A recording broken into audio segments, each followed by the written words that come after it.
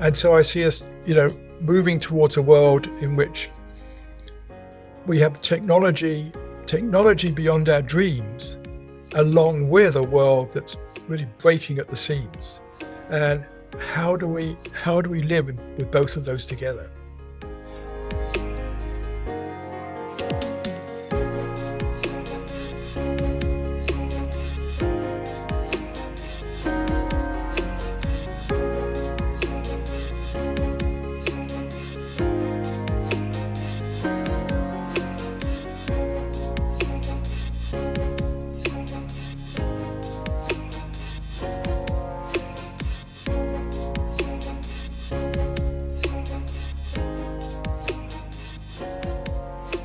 In this episode of Insights at the Edge, my guest is Peter Russell, author, speaker, and leading thinker on consciousness and contemporary spirituality.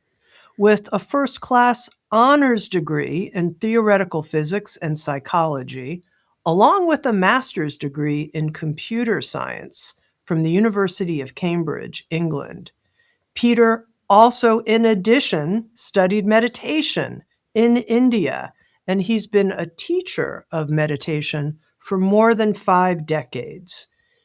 The way he teaches meditation, one of the things he emphasizes is complete effortlessness, and we're going to hear more about that. You may have heard of Peter Russell from the work that he created in the 1980s. He coined the term global brain with his bestseller by the same name, in which, ready for this, he predicted the internet and some of the impacts it would have on our collective connectivity. In addition to writing The Global Brain, Peter is the author of more than 10 other books, including a new book. It's a special Eckhart Tolle edition, and Eckhart writes a foreword to the book. It's called How to Meditate Without Even Trying. Peter, welcome. Lovely, thank you. Lovely to be with you again, Tami. Yeah. Most people associate your name with your work on the global brain. And I wanted to start there to understand how that work is evolving over the past many decades in your own mind. Yes.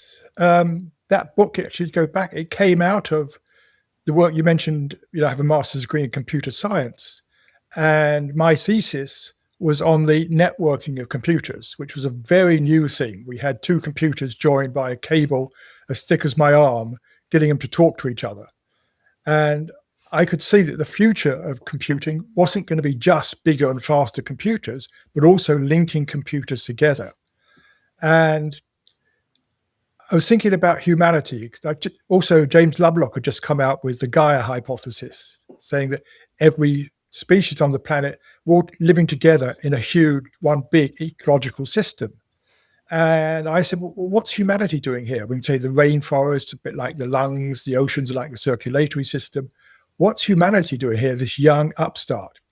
And I realized we are the information processors. That's what we're good at, is information processing.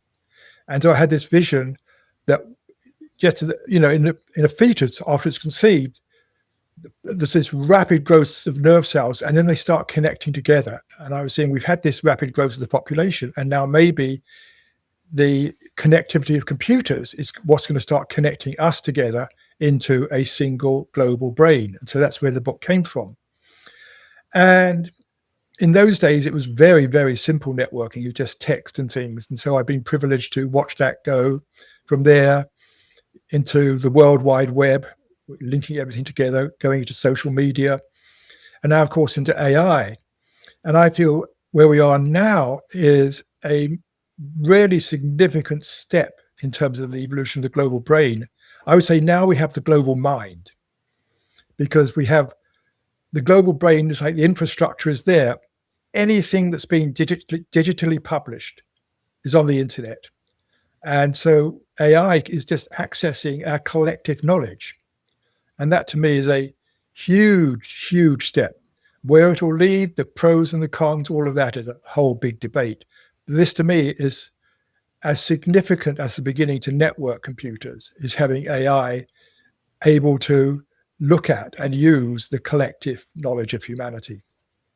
So, Peter, I want to pick up on one thing you said. You asked this rhetorical question of what is the role of humans in the world. And in terms of the global brain, you were talking about computing being the role of information processing. But what do we humans have to contribute, especially in the world of AI that's so much better at processing information than we are? Yes, I think what we bring is we bring a whole other realm of experience. We have feelings, we have intuitions, we can dive within and look at our own consciousness. AI is not conscious. I don't think it will ever be conscious. Some people debate that, but I don't think so at all. I think life has evolved on this planet into self-conscious beings such as ourselves, able to begin to explore our own minds, explore our own consciousness. And that, I think, AI, my feeling is, will never be able to do that. Now, AI can help us do that in many ways. It can, help guide us, it can help teach us, but it will never do that in itself. So it's like AI to me is an adjunct. It's a tool we can use and use very well to help us, but it's not the end of all things for me at all. Can you clarify something for me? You said, in your view, we're moving from the global brain to the global mind. What's the difference? Yes, that's just loose terminology I'm using. So for me, the global brain was seeing the coming together of human beings being linked through digital technology. And now, most of the world is actually on their cell phones or something. We have become linked together. And that is, if you like, the physical infrastructure. What has happened there in that infrastructure, we have collected together a huge amount of information. Almost everything that human beings know has been digitized and is on the internet. And so AI, the way it's trained on the whole of information that human beings have. And so it's able to access that. And it makes mistakes at times, but it's like it's augmented our knowledge. And I think where AI is going, it's going to help us solve problems. That's going to be the big thing it does for us. It's already doing it for us if we have small problems.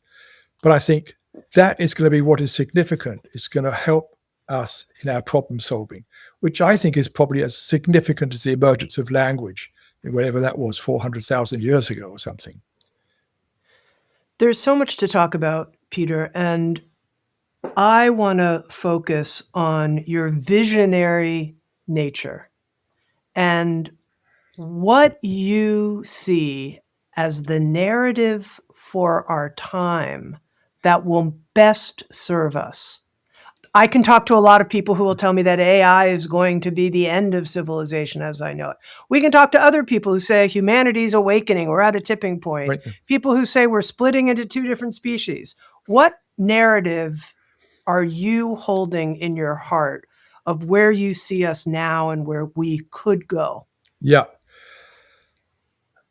Personally, I mean, on one level, I have no idea where we're going to go. I don't think anybody really has an idea of what's going to happen.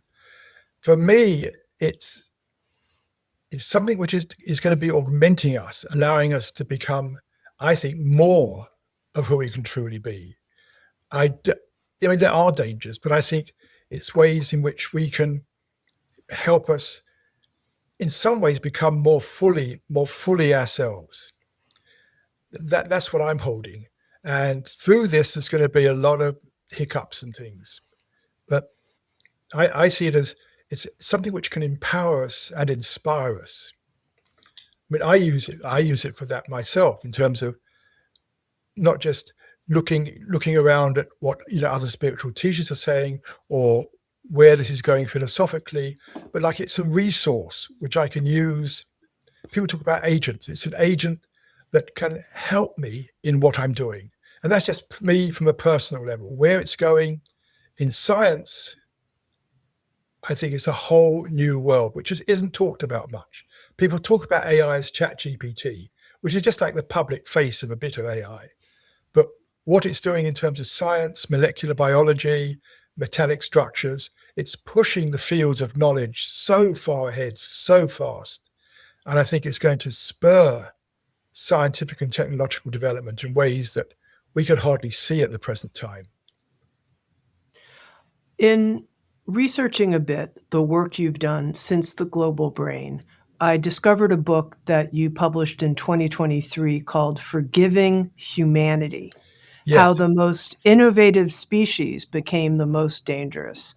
And I found this extraordinarily interesting. So share with us the thesis underneath Forgiving Humanity. Yes. Firstly, I need to point out it's not forgiving individual human beings. There's a lot that people have done which is despicable and should not be forgiven in the normal sense. It's about forgiving the species for this point at which we've arrived in time, where we see, on the one hand, so many potential disasters unfolding and so much happening scientific and technologically. And the basic thesis of the book is to do with accelerating change and how that's been going on really since the beginning of life on Earth. Each stage makes it possible for the next stage to happen faster, more efficiently. And it's what I call positive feedback. And so as we've gone on, things have gone faster. We human beings are just 1% of 1% of 1% of Earth's history, and civilization is just 1% of that. It's because each new development fosters future development. And we're seeing that in our own lives, how much faster things are going just with having to adapt to new software, new developments coming online.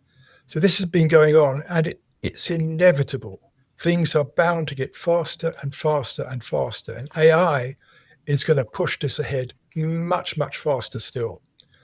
Now, there's several things here. One, the human mind can't somehow grok exponential change. We always think in linear change. It's just the way we're designed. It's our evolution. We've never had to really understand exponential change. But where exponential change is leading, 5 years' time, things are going to be so much faster than they are now. And beyond that, even faster.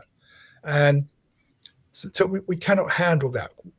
But secondly, and I think this is a side that often isn't looked at in terms of exponential change, we see where technology and things are going. But there's also a cost to exponential change, which is the accelerating development is putting costs on the planet in terms of whether it's pollution, resource extraction, tension, systems having to adapt. You could say the planet's coming under stress.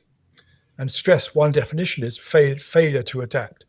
So the side that we don't see of exponential change is how, as well as things going faster and faster, we are going to see increasing problems, increasing crises. Climate change, for example, is a direct result of exponential growth, the exponential growth of our consumption of energy, and particularly our consumption of fossil fuels. And so it's not just people making wrong decisions, it's something which is probably inevitable in one way or another. And I see most of the disasters facing us are an inevitable result of accelerating change. So the point is, there's no blame for that. We can blame, as I say, we can blame individuals for certain routes where we've gone wrong, etc. But ultimately, I think this is the fate of any technologically empowered species. It winds itself up faster and faster and faster. And at the same time, the stress upon the systems, our own systems, personal, economic, planetary systems, that's also increasing faster and faster and faster. And so I see us, moving towards a world in which we have technology beyond our dreams, along with a world that's really breaking at the seams. And how do we live with both of those together? I think most of us can sense that moment that we're in, that you're describing right now. Now, I want to slow this down a little bit. For someone who says, I'm not 100% sure I understand the difference between exponential change and linear change. Can you briefly describe that? Yes. Linear change is steady change. It's like if there's been so much progress in the last 50 years, there'll be so much progress in the next 50 years, and then 50 years after that. It's like things keep going at a steady rate. And that's probably been the way things have been for the last few hundred years. Exponential change means that things go faster. The same amount of change that's happened in the last 100 years may take now just 20 years. And the amount of change that's happened in 20 years may happen in just 5 years. So it's changing faster. I mean, an analogy people often relate to with exponential changes is money invested at compound interest. And that's, again, you've got positive reinforcement. If you just invested at a flat rate, then after 10%, then after 1 year, it'd be worth, $1.10, 2 years, $1.20. But if it's compounded, then after 10 years, it's worth like $2.50. And then after that, it goes faster and faster. It's worth, I think after 50 years, something like $700. It just expands so fast. And that's what we can't get our head around, how things take off with exponential change. And part of what you're saying, if I understand correctly, is as a technologically empowered species, this is how you described we humans, we will be involved in exponential change because of our connection with technology. Is that correct? Yes, it's because technology is increasing at an exponential rate, and so is science. It's because each new development makes it easier for the next stage. And so, going back in terms of, information technology, the transistor, which was developed about 100 years ago, the basic transistor, that made it much easier to produce integrated circuits for computers, which pushed the computer revolution much further ahead.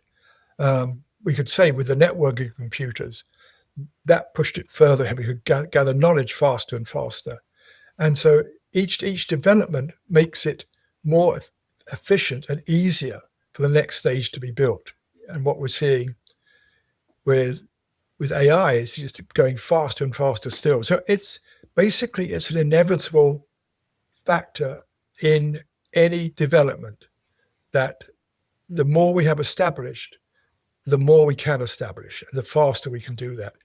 And it's not about us making things go faster, although we do that to some extent. We're wedded to efficiency. We want to make things go faster. But this is something different from that. It's just things will go faster. It's just the nature of development to do that. I imagine someone listening who's saying, yeah, I get this, Tami, come on. And I think, but the reason I want to emphasize this understanding is you mentioned stress as our challenge to adapt to exponential change. And I think right now, people are crumbling under the acceleration of change and how we're able, how I'm able to adapt to what's going on. And I wonder if you can speak to that specifically. Yes, I think, right, we're all having to cope with this. It's hard. The change is not going to go away. That's for sure. This is where I think it comes back to some extent, how we manage our own lives. I mean, I've just done something which I'm in a fortunate position to do, just to take a digital detox for a few days and actually be completely away from computers and phones. And just, there's amount of relief and refreshment there. Now, most people don't get that opportunity, but we need to, in a way, manage how we relate to the technology so that we don't add even more stress to it. But it is going to be increasingly stressful. So how we manage stress is going to be more important. How we take time for ourselves, how we notice when we're getting stressed, how we can begin to see what's there underneath it, how we can work with it. I think these are all important things, but it's not going to go away, unfortunately. Which brings us to your work on how to meditate without even trying, and to understand the connection, if you see one, between the increased interest and valuing of profound states of being as a way to recalibrate our nervous system during a period of change that is so exponential that we don't even know how to metabolize it. Right. How do you see the connection between these two things? I think what we all need is to be able to come back. I mean, we could talk about it, coming back to the present moment, the here and now, which is a place where we can actually relax, refresh ourselves mentally, and connect with the sorts of consciousness that many of the great teachers have pointed out over the years is almost our fundamental reason for being here. So for me, meditation is more and more and more necessary in the world today. I think we all need it, partly to cope with the stress, but partly to get in touch with ourselves in this crazy, busier and busier world. Now, there's many, many different sorts of meditation, and some very, complex, and some involve a lot of discipline. What I'm primarily interested in is just very simple practices that allow us to come back to actually being here in the present moment, to letting go of our tensions, letting go of our thoughts that are going on, and just return to the ease and quiet of being here in this moment, just for a short while, and then to be able to go out with greater stability into the world, go out refreshed, to have a break from all the tumult that is happening around us. And I think this is absolutely essential. I know it's been essential in my own life. And basically, I've just decided at this stage in my life, I want to make available everything I've discovered that makes meditation easier, to make it available to others. I mentioned in the introduction that this is a special Eckhart Tolle edition, this book. And one of his early ideas, kind of like the global brain, when you were writing that, Eckhart started talking about the flowering of human consciousness. And that was back in the 80s, sounds true, Yeah. started working with Eckhart. The flowering of human consciousness was this idea that spiritual awakening, or awakening to the power of now, as his language described it, the power of this moment, would start flowering like early flowers at first on the planet. There were only a few, and then more and more and more and more. So my question, Peter, to you is, how do you see a connection between accelerating technological change and the flowering of human consciousness, if you do see a connection? Yes, I do. And I think the flowering of human consciousness is on a similar exponential curve, and for similar reasons. When I was, back in the 80s, I was at Cambridge, about just before Eckhart was. There was one bookstore which had a shelf in it about this long of books on alternative spirituality besides Christianity and Judaism and things. That was just in one bookstore. Now you go into any town that they have their own bookstores. There's videotapes, there's online courses. It's just growing faster and faster and faster, partly because the technology has grown, but also because there are more and more and more of us actually making our own discoveries. I mean, back then in the 80s, there were just a few writers who we were reading, Alan Watts, Christopher Isherwood, person who did a lot of work on. Anyway, there were only a handful of authors really who are contributing. Now, thousands and thousands of us have been on our path and have been growing and finding things we want to share.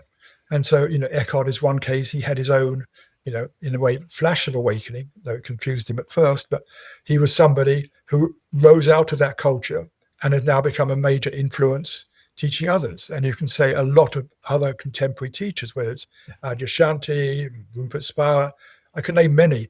They're all people who have been learning from each other. I mean, what I've learned partly from my own inner experience, but also from others, from reading others, learning from them. And so you have this positive feedback again, which means that our understanding of the essence of spirituality is growing faster and faster, and the numbers involved are growing faster and faster. I mean, now, corporations in Silicon Valley love to say they include meditation in their work. When I started teaching meditation in corporations in the 80s, I was told, don't tell anyone you're doing this. Don't tell anyone, because they were scared of what would happen to their stock price. So I think these are some of the signs of just how fast this is growing, and it's growing faster and faster and faster. And that gives me hope. I mean, you've probably seen this yourself, just the growth of Sounds True over the Well, years. I have, and I talk to people a lot who say, Tami, I am so tired of hearing from you and others about the growth of spiritual awakening in the world. When I look around and see what's happening, it's still just a drop in the bucket. Maybe it's growing exponentially, but that form of mathematical exponential growth is not significant enough, really, in our time to make the kind of difference we need. It's minuscule. Yeah. And I would agree with that. I mean, the global brain, I would say looking back on it, I was naive in thinking this is going to change the world.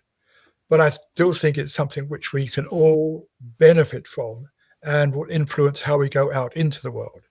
Because although the interest has grown, most people aren't actually deeply involved in practice. They may meditate, they come home, they meditate and get on with their work with their kids, but they aren't deeply involved in the spiritual practice.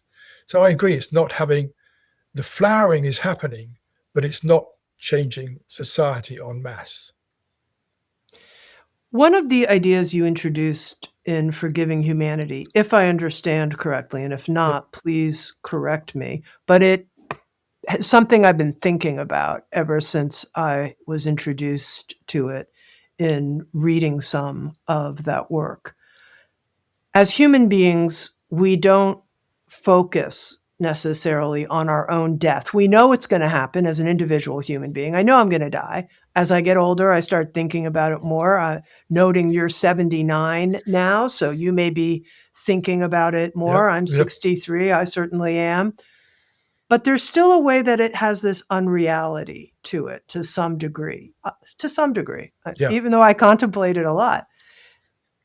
And as a species, this is something that I felt you were pointing to, we haven't really taken in that as a information empowered species that is involved in this accelerated change. At some point, we will also go extinct. It's going to happen. And we're not looking at that death. And this is the final point I want to make, and then I'd love to hear you comment on it, which is I've known some people who have gotten a terminal diagnosis of one kind or another, and it's dramatically changed them, really changed them. It's accelerated their inner life's flourishing in ways I couldn't have ever known, except I witnessed it. And I started thinking, I wonder if we as a species accept our extinction at some point down the line, if that might change us in some way. I think so, yes. And what I'm saying in the book is our extinction may be coming a lot sooner than we imagine. Most people say, oh, yes, in 1,000 years' time, I wonder what humanity will be doing, or 1,000,000 years' time. That's all very, very linear thinking. When you take the acceleration into account, it's more, what will we be doing in 10 years' time, or 25 years' time?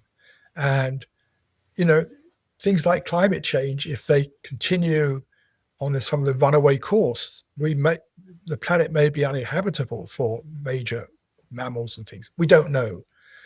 So I think we need to face the possibility. And I draw in the book an analogy with the stages of grief. That the first common ones is like, first there's denial. Someone's dead, we deny it. No, it can't be true. It can't be true.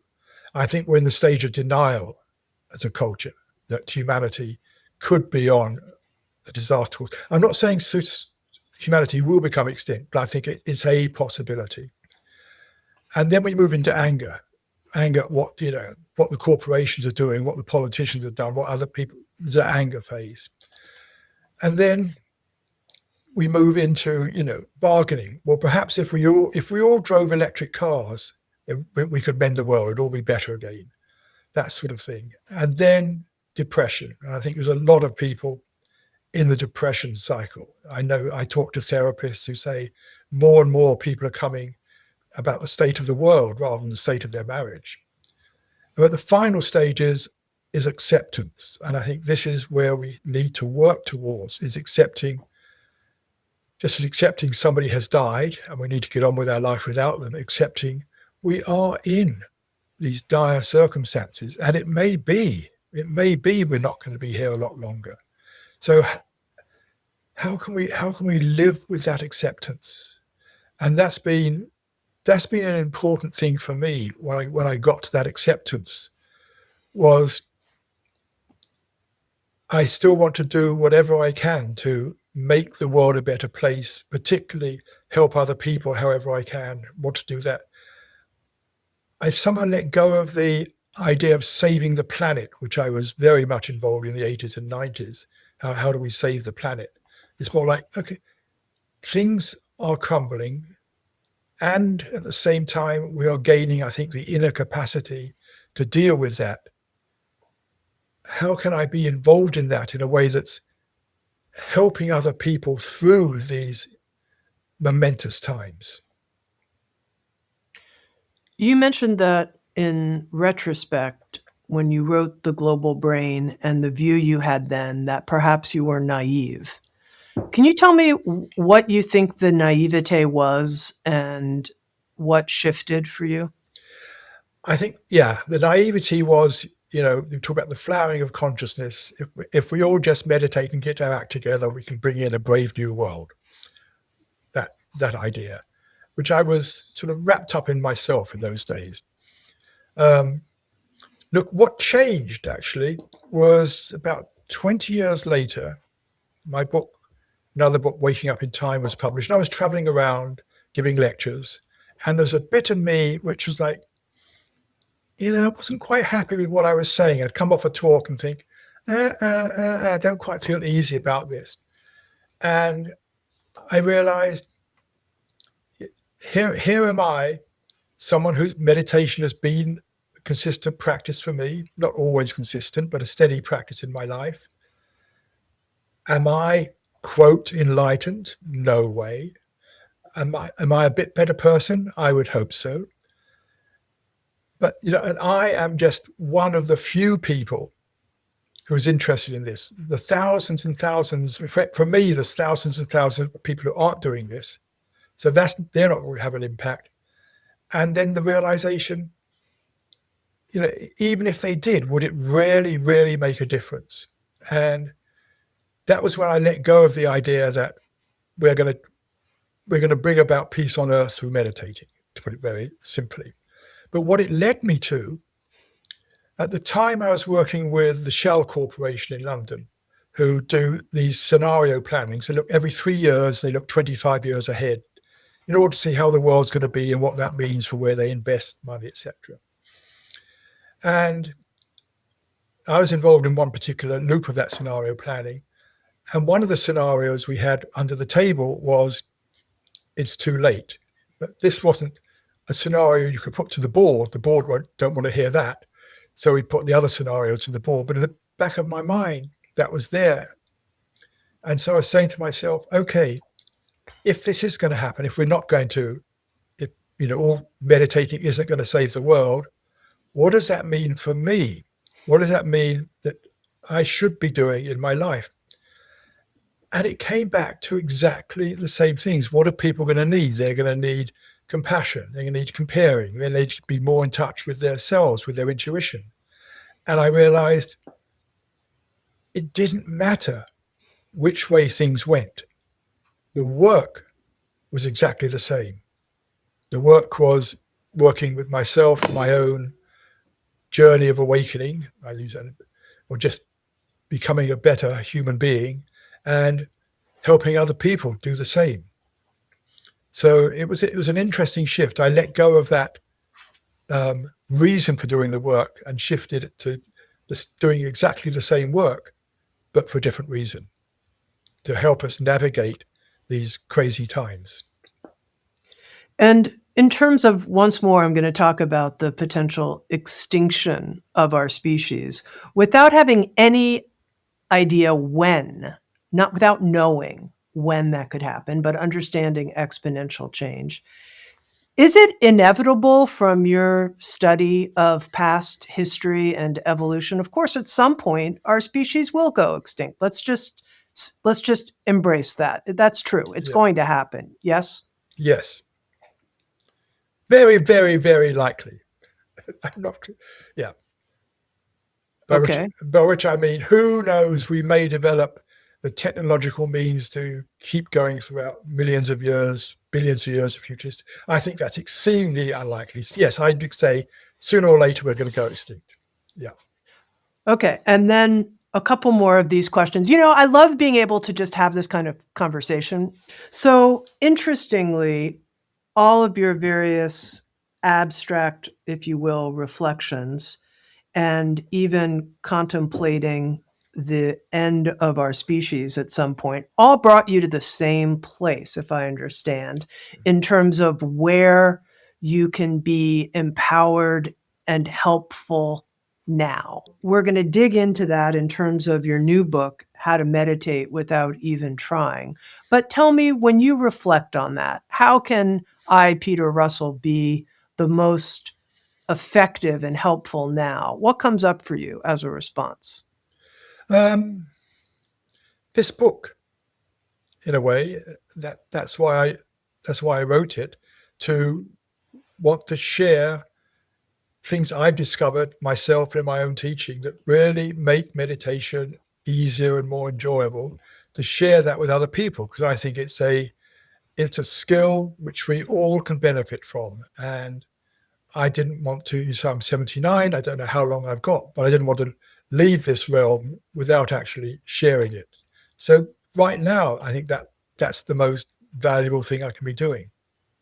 One of the insights you offered in the book that I thought was really helpful had to do with how, when we're not trying in meditation, we can let go in deeper and deeper ways. And you reframe letting go in a way that I found really useful, and I think our listeners would benefit from it, which is this notion that instead of thinking about letting go as something we're efforting to do, we can let in and let be. And I wonder if you can talk about those two steps. Yes. I mean, a number of people have talked about letting be as a step in letting go. Don't fight it, just allow it to be.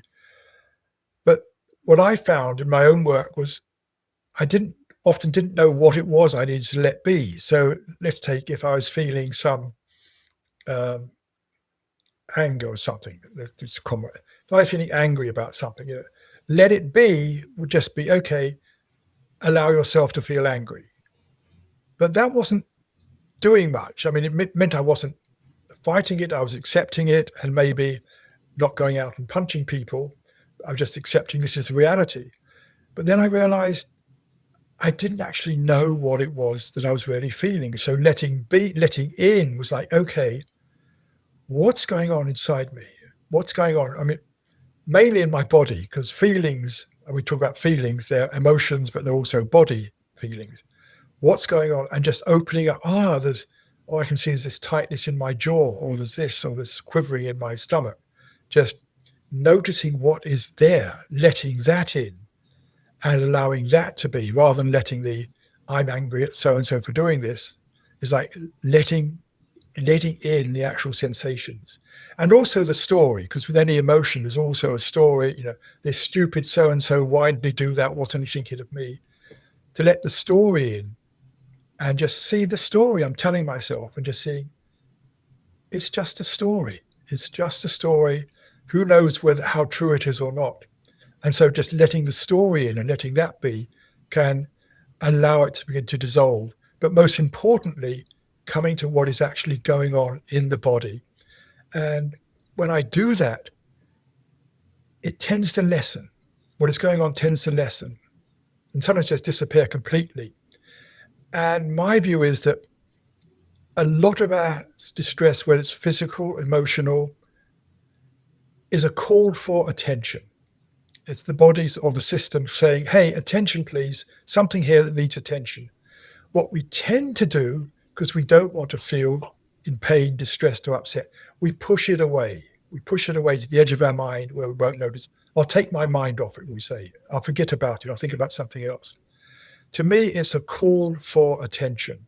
So by letting it in, first of all, letting it in, seeing what it is that's calling my attention, and letting it be, it's giving it what it wants. And this seems to, I can't really explain it. I talk about it sometimes as a metabolism, metabolizing the emotion. When I give it my attention, it tends to naturally unwind. And so the letting go happens without me needing to do anything to let go. So that's just something I've discovered in my life that really, really, really works. Even from, simple things like, having a headache or something. It's like, okay, what's going on here? Just allow it to be there. And so often it shifts. What would you say to a subtle level of tension or holding that I think many people feel in their body, and it doesn't seem to go away even when we attend to it? It's like some kind of slight vigilance or some holding that, okay, I'm aware. It's not associated with anything specific necessarily. Yes. What I found is that the process does apply. I mean, if I have that at times. I notice some holding or something. I don't feel there's some discomfort, and I don't know what it is, but I'm not completely comfortable in my body. And what I'll do is I'll just pause and just actually be quiet and just say, okay, what is it feeling? What is it feeling like? I know it's discomfort. I call it discomfort, but what is it actually? And it might be, oh, there's a thickness in my head. I feel that sometimes. I might feel a dullness or thickness. So I'll get into that, explore that. What's that feel like? Almost to get to know it. It's not just, oh, there's a thickness in my head, a dullness in my head. It's like, okay, what is that actually like? And get into it and explore it. And what I usually find is there's something then that I find just begins to release or let go, or some shift, or I discover something else. I mean, I had this just actually a few weeks back, and I didn't know what it was. I mean, I actually like to go to dance because it's a way of for me, dance is a meditation. And I started off, and I said to a friend, I'm not really in it today. And I just started dancing, just feeling what was going on and noticing this feeling. And it was in my head. And just suddenly, as I began to get more and more and more, it's like, oh, I'm tired. I just want.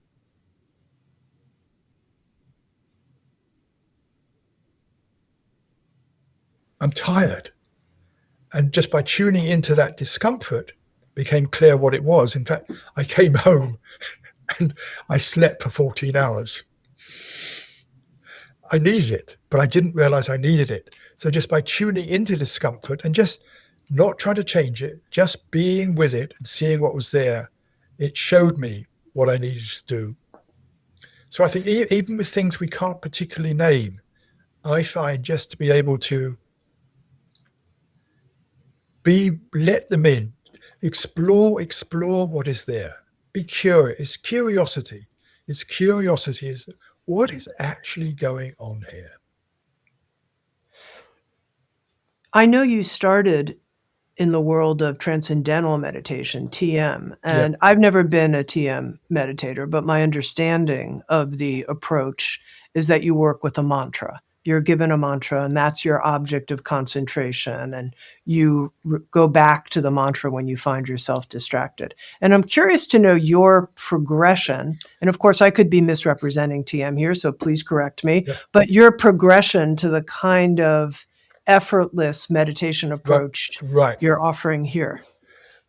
First of all, I would like to correct you. I mean, what you're saying, I think, is a very common understanding of TM, but I think it's a misunderstanding. Yes, TM uses mantras, but not to concentrate on, almost the opposite. And it's not like mantra japa, where you're trying to keep the mantra there as a regular repetition.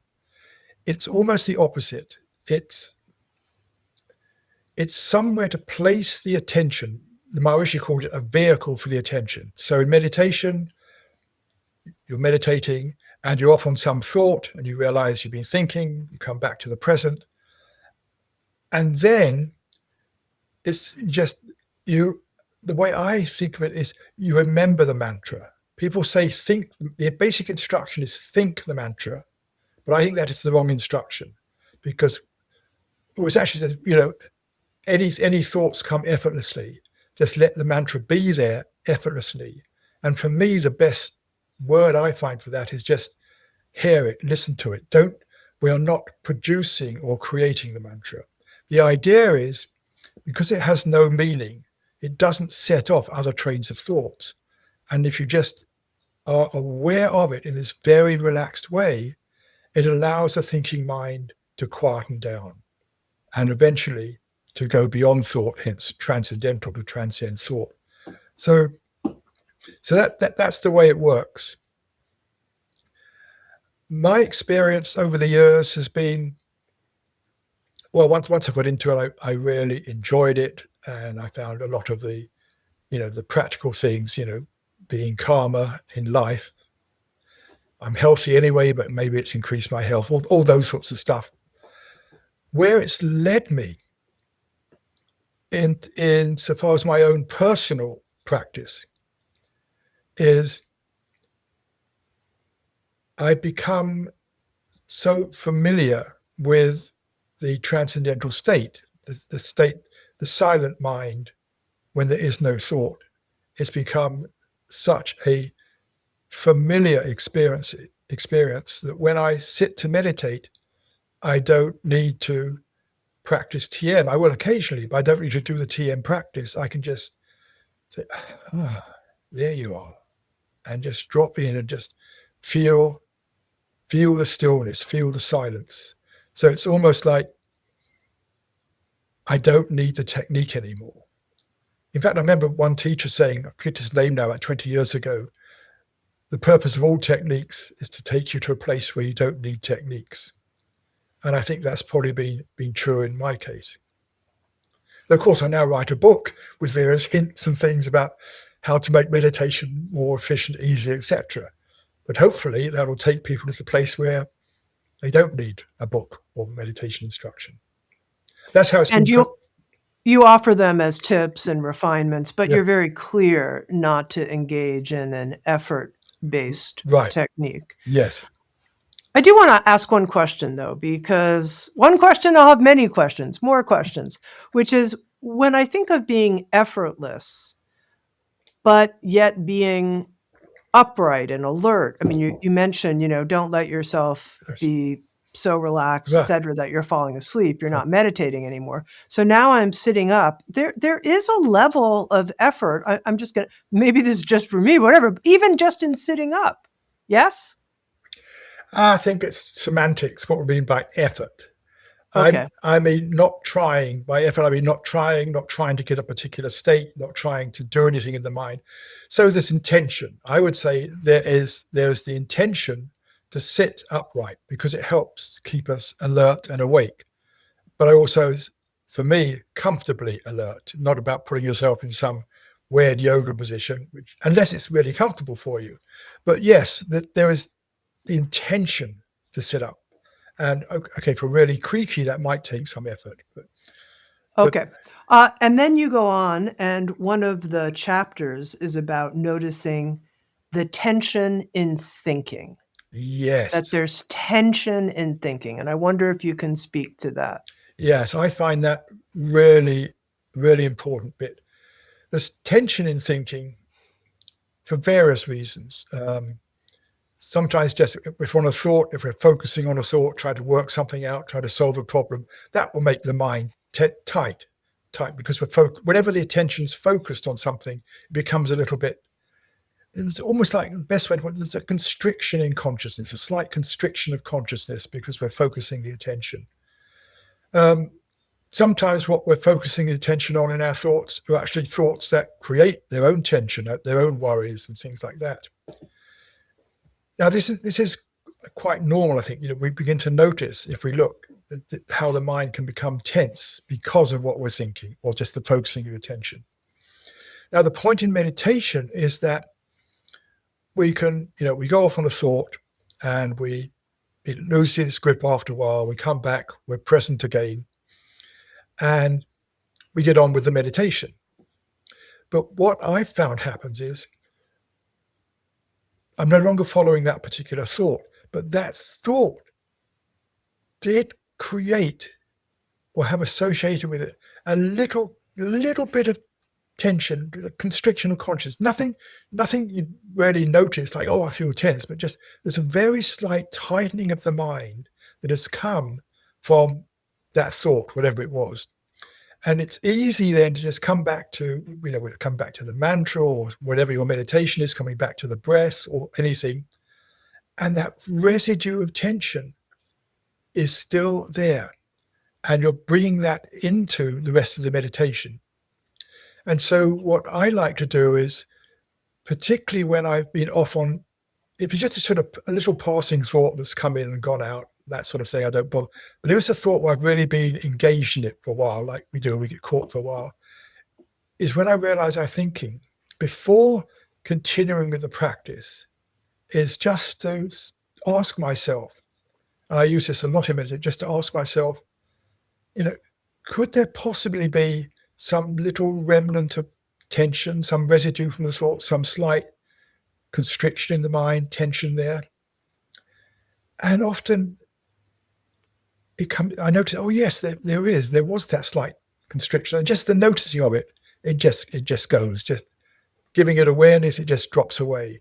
But I find that a really useful way of keeping a level of relaxation going throughout the meditation and just catching these incidental, tension's too strong a word, but slight tightness or constriction in the mind.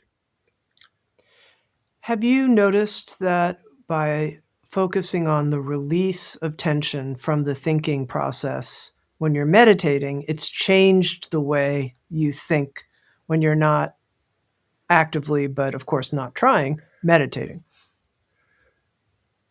Say it again. I just want to get focused on it. Sure. It's a good question. I'll ask it again. Have you seen that by focusing on releasing the tension of thinking in meditation, Yes. it changes your thinking, how you think when you're thinking? Yes, because the tension is often going to channel one in a certain way. I notice it just in daily life, that I'll notice that slight tension that's come along. And usually it's because there's something that, for me, there's something that has its own sort of little urgency or something. When I notice it and let it go, it's like I am much free to be attending to what needs to be attended to, rather than what it's going to a whole other area, but what I call the ego mind. I know Eckhart uses the same, but the ego mind is wanting us to do. The ego mind, somebody once asked me, how do you know if you're in the ego mind? And I say, whenever you're in the ego mind, there's always a slight tension associated with it. And so by recognizing the tension, I can just let that dissolve, and I step out of the ego mind back into more what I call the authentic self, not the pure cosmic self, but just the authentic self, the me that's without the egoic conditioning. And one more question about the tips that you give to people to help them to meditate without trying, which is you offer some open inquiry questions that can be helpful. Share some of your favorite questions. Well, one, I talk a lot about the attention. I think meditation, a lot of it is about the attention, where the attention is, how we use the attention. And a lot of what we call mental tension is actually a tightening of the attention. So one of the questions I pose is, particularly when I'm sort of in a quiet state of meditation, is could my attention be softer? Could my attention be more relaxed? And nearly always there's that sense of like, oh, I could see I was holding my attention somewhere. I was holding my attention very, very faintly. Could my attention be more relaxed? And what happens, the answer never comes as a verbal answer. The whole point of the question is not to try and answer it. Say, could my attention be more relaxed? Oh, I wonder if it could. Oh, yeah. It's a seed. You pop the seed in and wait. And what often happens is, oh, yes. Oh, yes, it could be. It could be more relaxed. Another one, and I go, towards the end of the book, I go more into much deeper stuff around what's often called non-duality, but the nature of the self, who am I, that sort of area. And one of the questions that I found very helpful there is to say, am I not the one that is experiencing this? Because we think of the I, we have all the ego mind or our persona, but like just to bring as a pointer, just to come back to noticing, here I am the one that is actually experiencing this, the sounds, the thoughts, the feelings, etc. Just coming back to that level of the quality of I amness that is always there. That's a deeper way of using it.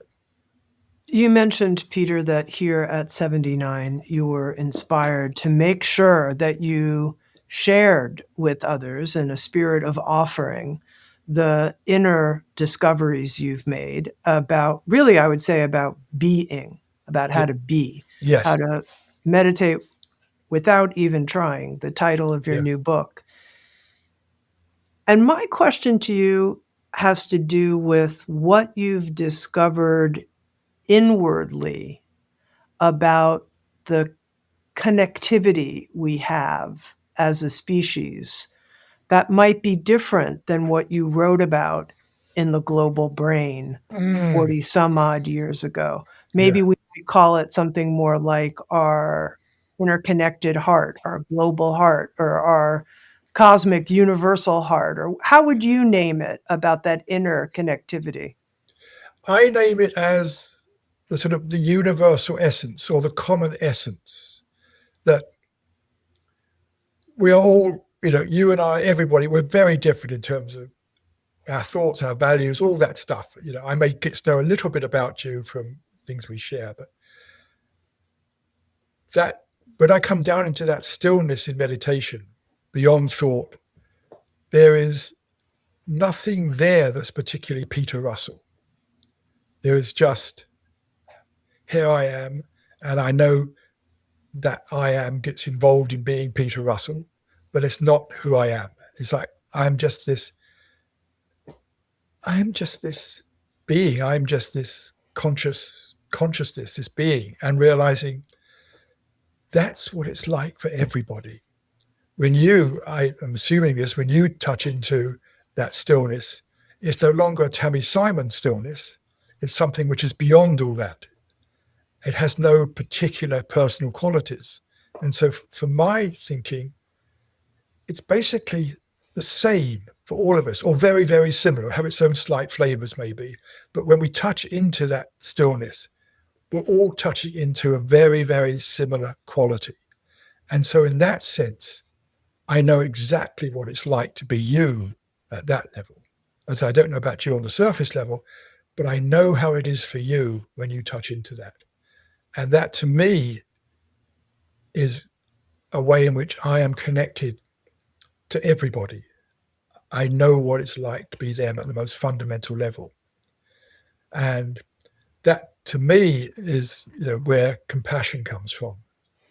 Understanding how then people, get caught up in various things that lead them to, off in different directions, but compassion that deep down we are all the same, and deep down we all want that. We want to be at peace. We want to be loved. We're all the same at that fundamental level. And finally, Peter, you said that 4+ decades ago, you might have had the view that if we connect to this essence, it's going to save our species, save the world. And that's not your motivation today. No. What is your motivation today? To navigate this crazy world as it unfolds, to navigate better so that we can maintain our center, be more grounded, be able to help others better, as basically it's a tool to help us steer our way through with more grace and compassion. I've been speaking with Peter Russell. He's the author of the new book, How to Meditate Without Even Trying. Thank you, Peter, so much. It's great to connect with you in this way. It's wonderful. Yeah, thank you. Lovely to be with you. Lovely conversation.